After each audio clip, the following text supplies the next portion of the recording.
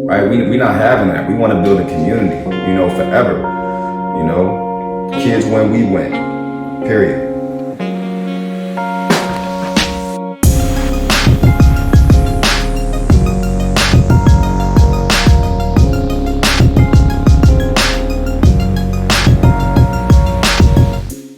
Welcome everybody to another episode of A.M.University. I'm your host, Antoine Miller.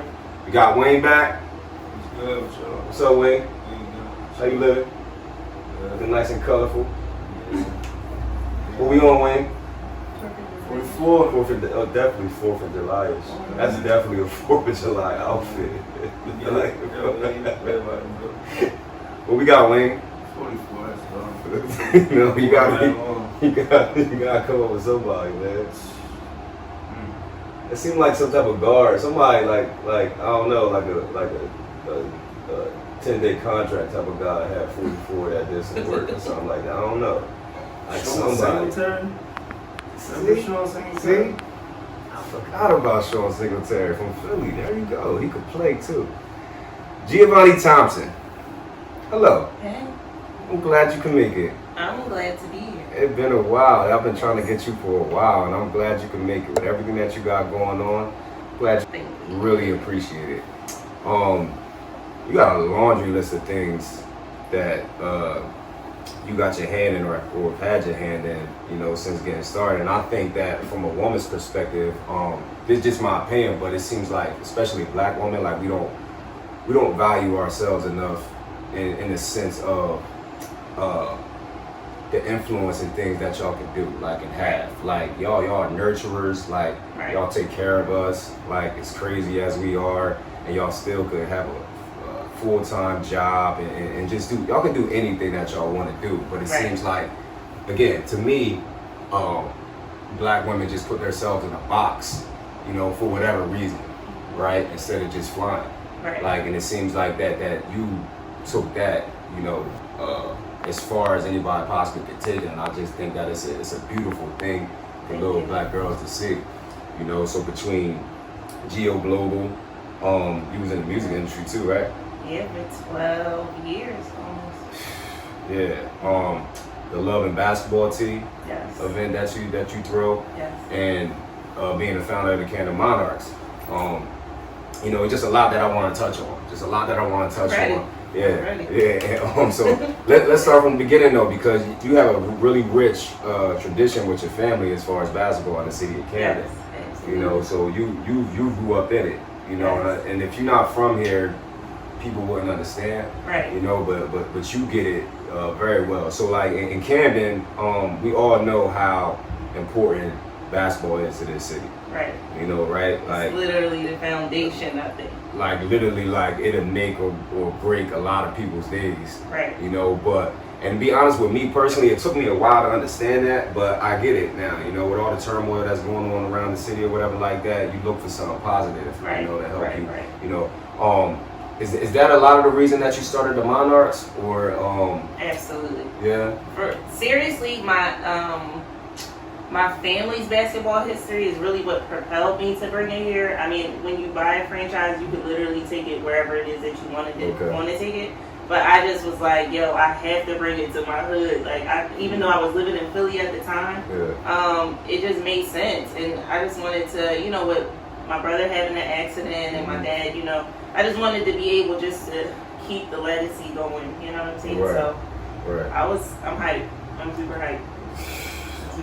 No, I think it's a lot. It's really well needed because, you know, a lot of people, let me ask you this too. That just dawned on me. Like a lot of people, like, and I'm not talking about the Monarchs, I'm just talking about everything that's going on in the city. A lot of people will shun things that's new. Right? I went through it. I didn't know. I really wasn't even talking about them. I was just talking about everything. But if you did, well, like, why is that? Because to me, I look at it as more opportunity. Coming here. I really, you know, I moved away from Camden. You know, I didn't stay here long because, you know, my dad had a pretty okay career. You know, whatever. We lived in the suburbs, so I was here every weekend at my grandma's house in East Camden, like my whole entire life. So but that didn't necessarily give me the insight on the mindset of some of the people here. And I think that a lot of it goes to because of what they've experienced. A lot of people come here and they're coming here either to take, not really to give, and then when they give, it's not really the best. You know what I'm saying? So I think that a lot of people just were kind of like, oh, this is just another, thing or whatever. They weren't really expecting or really understanding what I was saying or my vision. So I had to pretty much do majority of it by myself. Right. And I had a partner at the time, but the city, the mayor was cool and, whatever, but they were kind of like, let me just see what's going to happen first. Because what you mean you want to bring a professional team? Like, what do you mean? Like, right. What does this mean for us? It was a lot of those kind of questions that I really didn't have the answer to. I just knew what I seen in my head. And so I really, I had to prove myself. And I'm really, really grateful for that. Because if I would have, came in the city with my hand out and, all of those things, then I probably wouldn't be in the position that I'm in right now. So I'm grateful for the struggle. It was a lot, but it helped me to understand what the people here actually need. You know what I'm saying? Because I think a lot of people come in and it's just like, the kids in the schools, the schools need money. But for me, the schools don't necessarily need money. The kids more so need teaching. They need mentorship. They need, you know what I mean? It's a very surface level type of thing. And it's just like, they need to know the people that's giving them the money and why, you know what I'm saying? So those are the kind of conversations that I started having, with us being on the waterfront now. It is very important to me that I am going to bring kids down here. Like I was talking to my mentors and I'm like, do you understand that it's some kids in Camden that never been to the Camden waterfront? They never been off their block. Their family never, you understand what I'm saying? Like they couldn't even fathom like, yo, I'm gonna go down there and go to work. And that's still happening in 2021. And I know that that's like a really tough thing to really understand, but I know because I talk to the kids because I'm always in the trenches. I'm never unapproachable, like, you know what I mean? So I've heard the conversations and they've told me certain things, and so that's really what my whole thing is. So I'm grateful for the struggle. I am. Right. We're saying that, right? Because again, at the young age that you're at, you have accomplished a lot, and again, getting back to the women's part of it. Did you, during this process of touching the things that you've touched, did you ever feel intimidated? And I say that again because it is what it is. We be in a male-dominated country, like with a lot of big egos, and getting rid of that is rough, Did you ever feel intimidated in that process, or lose confidence or second guess yourself, as a woman? Going into these fields with these jungles of men. Yeah, I felt intimidated. I think more so when I started off in music because I was just starting. Now nothing really intimidates me. Like I'm not really. I'm like pretty much fearless at this point. Like I prided my whole career off of just taking risks. But in the beginning, yes, it was brutal. Like I really feel like I got thrown into the ocean with a bunch of sharks and I just had to swim my way. And a lot of times I got bit, but I didn't die. Like when I first got my job at the label, I came home and cried for like 6 months. I'm sorry, because but like to me it's really important. Well, what made you make that choice and not just go into a shell? When you felt the probably, really honestly, a conversation from my mom. My mom was just like, listen, I was the only A&R female at the time, and was just on the tip like, listen, you have to make the decision now.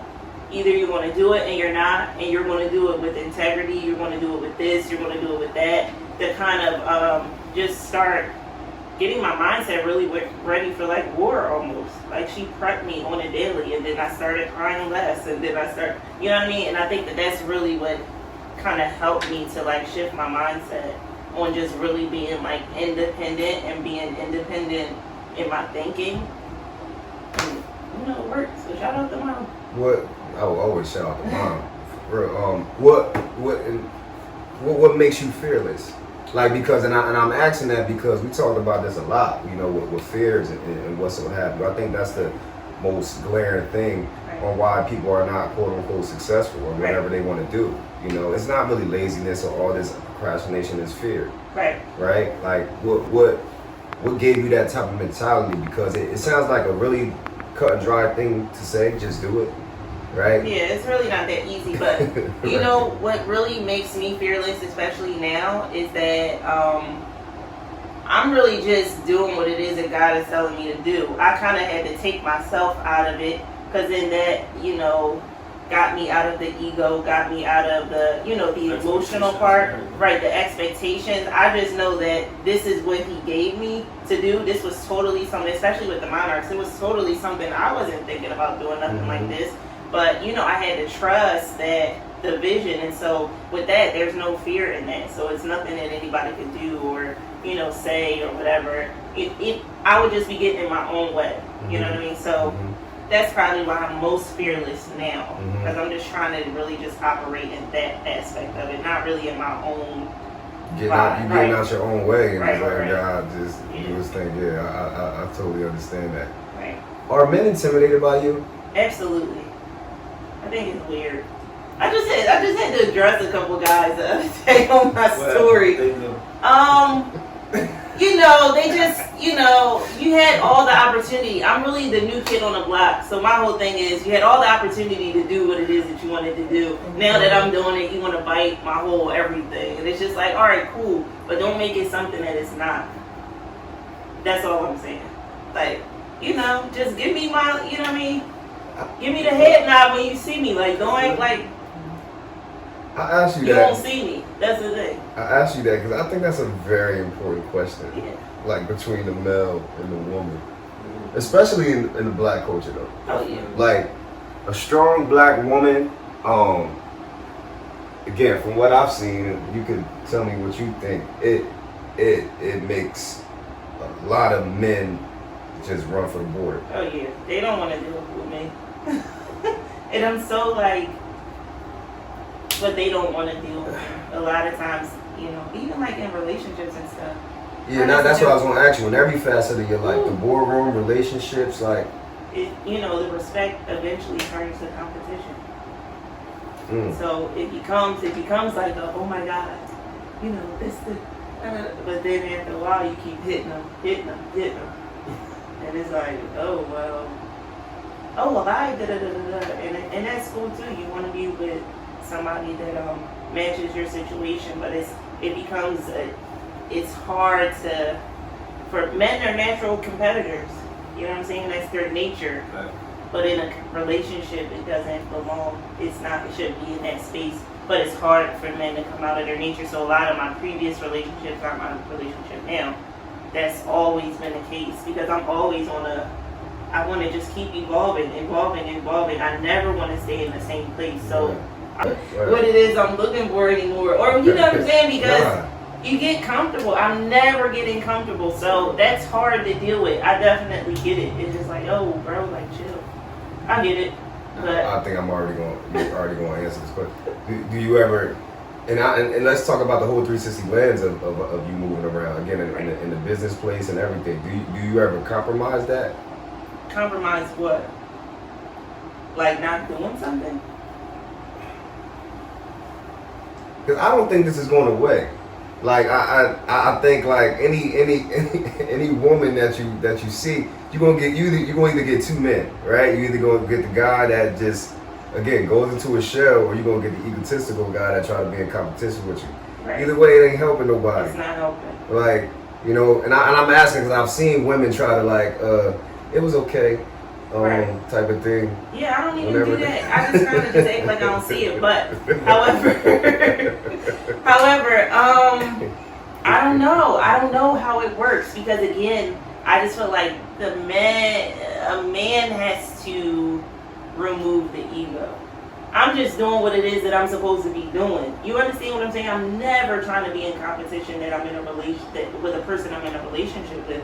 Ever. I want it to be a building situation. So if I score, then it shouldn't be looked at as, like, you know what I mean? It's a score for everybody. Is ego a bad thing? Ego is horrible. Horrible. I don't operate in like an egotistical way, because first of all, my mom would like flip the freak out if she ever heard me talking in a certain way or acting in a certain way. Like, she really taught us as kids to just remain humble and like pliable and like always be a student of the game. So ego really doesn't fit into that. But for a man, it's natural, I think. But I'm not a man. I think a man always will have an ego. I don't think so. I think a man is supposed to be confident in who he is, but ego creates issues. It's a fine line between confidence and ego. Yes. You don't think so? Yes, I 100% agree. Every man should have an ego. Why? Why? Well, that's your manhood. Your ego is your manhood? No, your character is your manhood. You tell somebody, you be like, you disrespect me. Would you disrespect your character or your ego? I mean, make most of the time.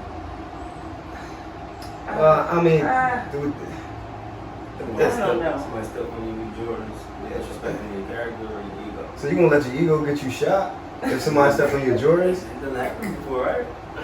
So you'll die because somebody stepped on your Jordans and your ego gotta get involved. Not me, but probably Talk about- if talk somebody about ripped you. his Iverson jersey. Okay. Yeah. It'd probably be like, they disrespecting my ego. That's my ego. And you gonna retaliate because somebody ripped the Iverson jersey. Yes. So for No, something they're that disrespecting you, not your ego. It's my ego. Like, why did I wear an Iverson jersey? It's my ego. My character is not to wear this. I'm not a character. You know what I'm saying? Like, Well, I'm a- character. I'm a you nice also guy. do. I'm a nice guy. Just because I'm a nice guy, didn't make me put this Iverson jersey on. My ego made me put it on. Like, everybody in the world wouldn't come out and wear a CAMDEN Monarch jersey. Everybody in the world wouldn't wear a hat on back. Everybody in the world It's wouldn't not wear a my hat ego on that made me back. wear the CAMDEN Monarchs jersey. It's your ego. Yes, it is your ego. This is We your have to team. look up the definition of Explain. ego. It's her Explain. team. This is like look at what I did. Look at my team. This is my team, y'all. Look, this is my team. I did this, and guess who I am? I own this. Well, I don't think This is people my think boy. that when they. My ego. I don't know. I don't know, Wayne. I don't know. I'm trying to stay with you. I want to stay with you too, but Tell me I I'm don't. wrong. I think that that's the wrong word. I think that When you look for a man, you don't look for. Well, you look for his character, but the first thing you see is his ego. You see his ego from across the room. no, I'm looking at his shoes from across That's the room. an I'm ego. not looking. No, it's not. His That's character not- didn't make him put them nice or dirty shoes on. His ego did. It's his swag. The ego made you get one dress nice? Yeah. To dress nice? The ego? The dress nice, Wayne? Yeah.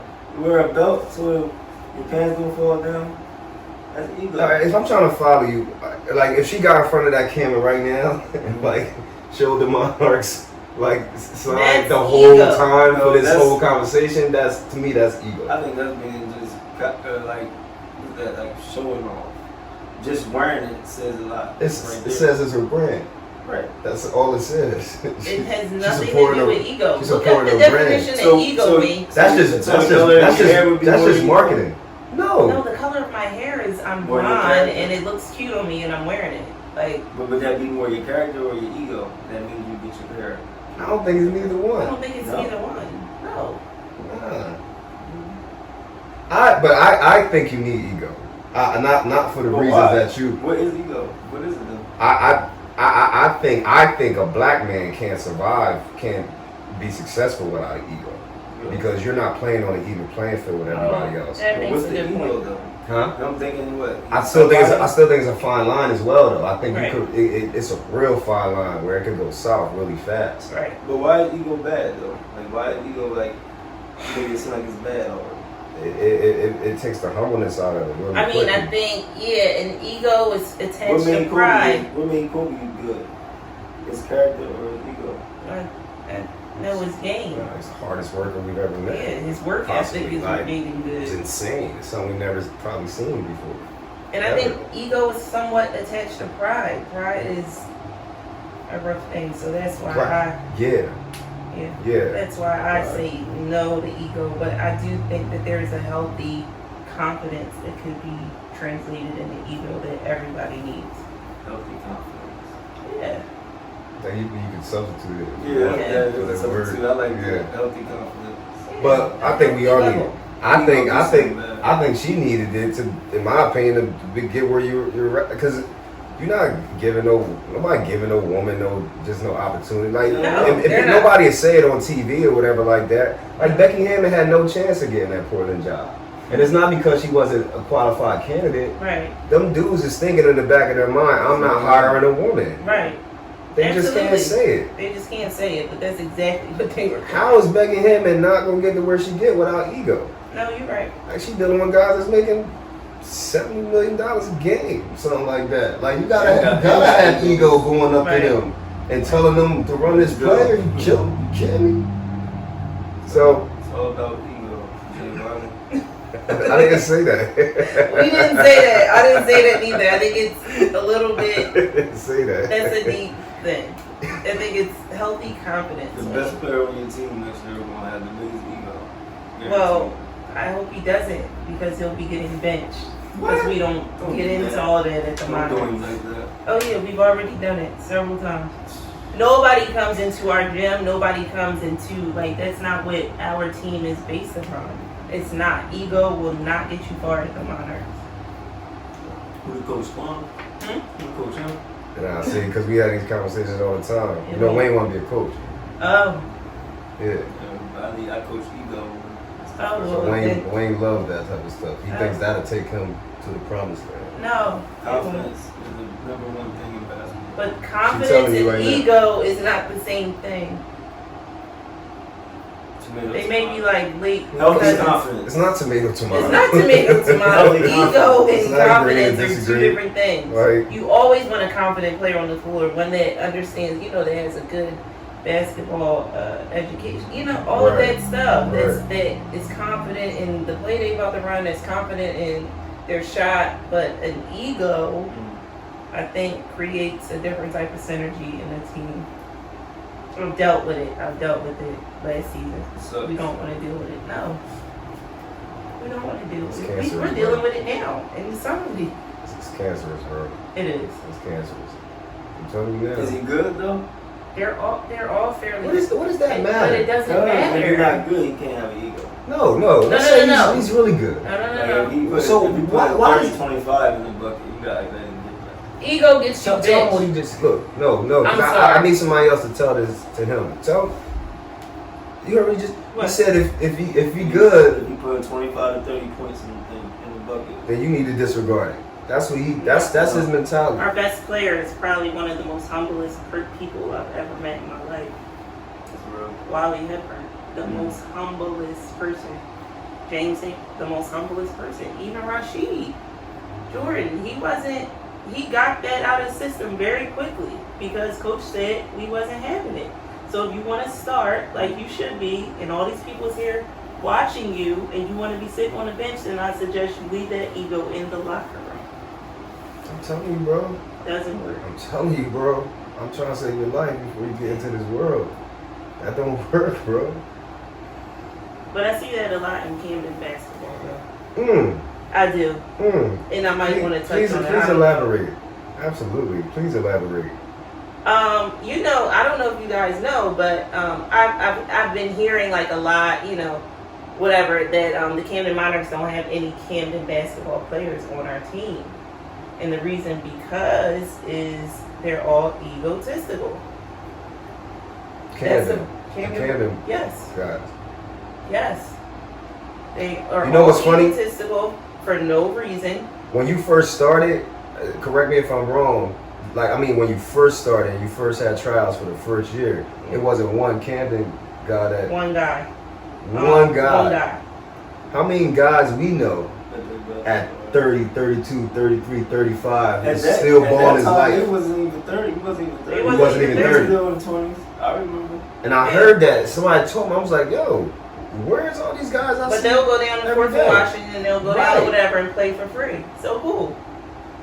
So next time, it may not be a next time. What does that mean? That I'm not kissing nobody's behind. And that, I know the meaning, your part. Yeah, but I'm just saying, they're all egotistical. One player, actually, during the summer league, you know, we're playing in the Brotherly Love Pro-Am, which is mostly overseas players and NBA players that play in it. Yeah. So this player from Camden felt as though because we were in his hood that he should have started. This is professional. Like this is not, you know, playground ball. Like the coach is putting out who it is that he feels as though is going to win. Did you get no burn? He got burned.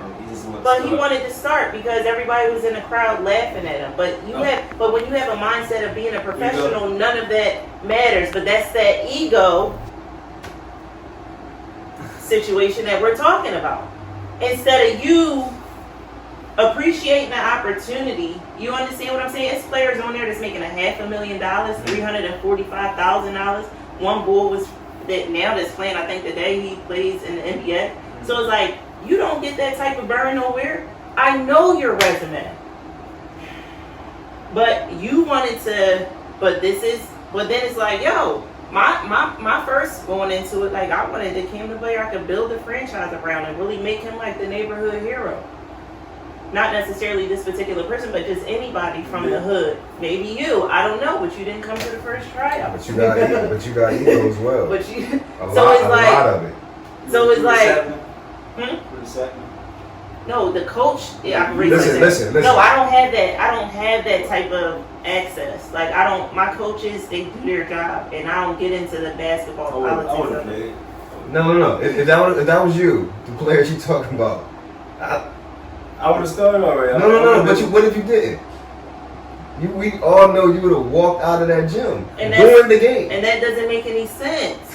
Why? Not knowing who's in the audience, not knowing, you know what I mean? Dwight Howard was coaching the other team. Right. I heard. So you acted a monkey. For what? Neighborhood hero and not starting. But this is a Brotherly Love Pro-Am. We don't, what do you mean? You're not the neighborhood hero. I'm saying if you was trying to build it. But this is the summer league. This is not regular season. You have to come in and... This was just a couple weeks ago. The season starts in November. You have to come in with a mindset. It's no different. That's different. It's what you mean? Different. They wanted to play. We didn't ask them. If this was the Camden Monarch game, I'd be like, nah, I want to start. But you don't get. Then you earn starting. You don't get to just start because your mom pushed you out of her vagina in Camden. Right. That's not how that goes. But that's that ego. Entitlement. And then these Philly players, they come over here with all their bells and whistles and whatever, and they come, they do their job, and they go home. They show up to the community events, they do everything. They rep Camden, they ain't even from here.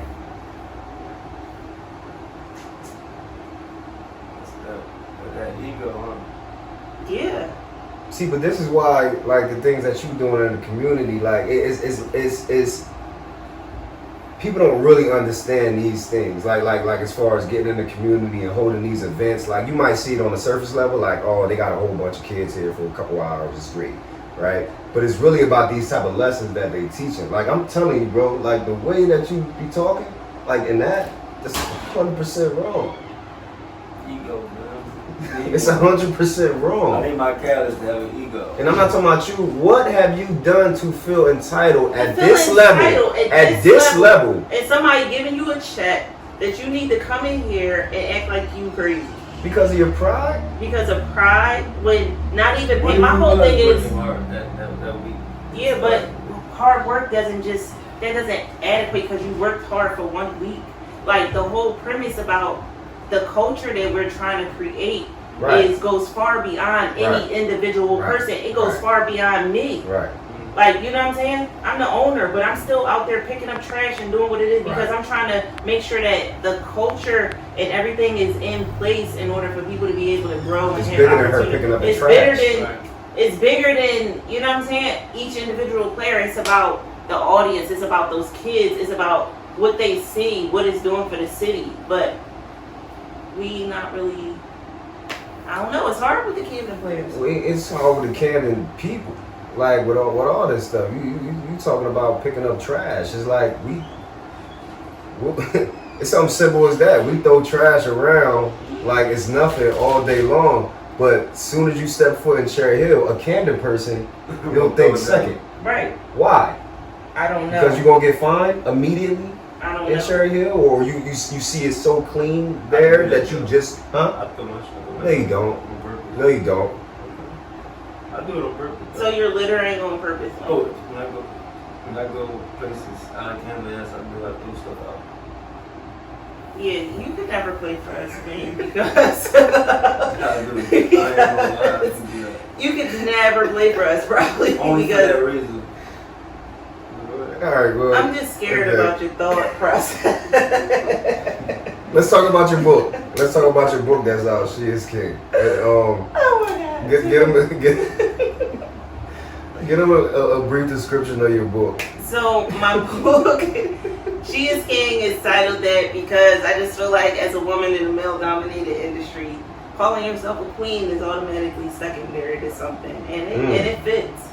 But when I come in the building, I'm never secondary. I'm always in the forefront. So that's why, that's one of the reasons why I titled it She is King. And don't get me wrong, all my queens out there, shout out to y'all, but in this arena, I'm not coming in second at all. So a king is nothing above that. So that's basically where that came from. And some biblical stuff. But yeah. Going off the title of your book, how is it being a leader? Like, and I just think that, and I'm asking you because, everybody don't ask for that to be in a leadership role. Right. For real leaders, it's kind of like just thrown upon you, Right. and you got to figure out how to adjust. And it comes with a lot of, like, again, putting your ego to the side, putting your pride to the side, making sure everybody's fine and things like that. A real good leader. Right. In your opinion, how is it, and it doesn't come with obstacles or like, just how is it for you navigating being a leadership in a black woman's role? Right. For me, it's like almost like when Jordan has an off game. You know what I'm saying? Like, those is probably like one of the hardest things that I have to deal with. Because when people are so used to you just scoring, it becomes, you create a vibe around you that is almost like unattainable. You know what I'm saying? So when there are days when I'm like, yo, I gotta focus on being a mom, you know what I'm saying? Because I got 4 kids, I can't do this, or I can only do that, then it kind of brings me to reality about what I actually have done, because sometimes I don't really think about it, and then when I see people's reaction to me just being like a regular person, then it becomes like, that becomes the burden almost, because you don't really want to let people down, but at some point you gotta come off of the, you gotta come off the court, and I think that's that's the hardest thing for me about being a leader or being a person in my position. Is just like, you can't never really like be off, and when you off, it becomes like, you know what I mean? Like a regular can just, you know what I'm saying? Like, so when I have to like come off the court and like wipe my brow or just like get a drink, it becomes like, well, what are you doing that for? Or why are you, well, what do you mean you can't? Or what do you mean you're not, you know what I mean? And that becomes like really like the burden of keeping me from, dang, do I really want to go take it up another notch? You know what I mean? Because that's the rough part. Do you have to wear different hats? And I kind of want to say you have to wear a different mask in a way. One thing I don't do, GIOVANNI. one thing I am always is myself. Now I may, I try to be myself, because I really don't want, when I'm engaging with people, and I mean, my mentors, they're all on the waterfront. They're the reason why I'm there.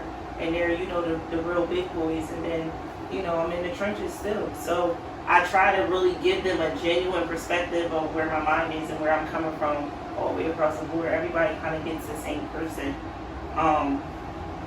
Because I want to make sure that when I get to where I'm getting to, it wasn't like based off a facade or something phony or something, that wasn't really genuine. So I really try to keep it on all the time, with no matter who I'm dealing with. What's your overall vision for the Monarchs? My overall vision for the Monarchs is definitely we will have our own facility, and my goal is to, if the space is still available, for us to be a G League team. That's the 5-year plan. I like it a lot. Yeah. Shout out to the ABA, but you know the goal for the city is to really establish, you know, some real serious professionalism and real bigger opportunities. And with that, you know, the G League is, you know, will create a lot of space for people. So Yeah, gotta keep it moving. Well, like again, I've never you know, had a real relationship with you, but I love watching people from afar, and you know, the things that you're doing is extremely inspiring. Because people don't want to step out. Like people do not want to step out. They want to live through others, and they want to put others down for stepping out on that ledge. You know, and that ledge is really lonely, man. And you out there, you know. So for me as a man being inspired, I can imagine what you're doing for these little black girls and just girls in general. That's definitely the focus. You know, so we're proud of you. You know, you know, I don't need to tell you, but I know you're gonna just keep going, and let them know how they can get your book. Okay, so you guys can get my book on Amazon.com. You can get it on an ebook, and you can also get a physical copy.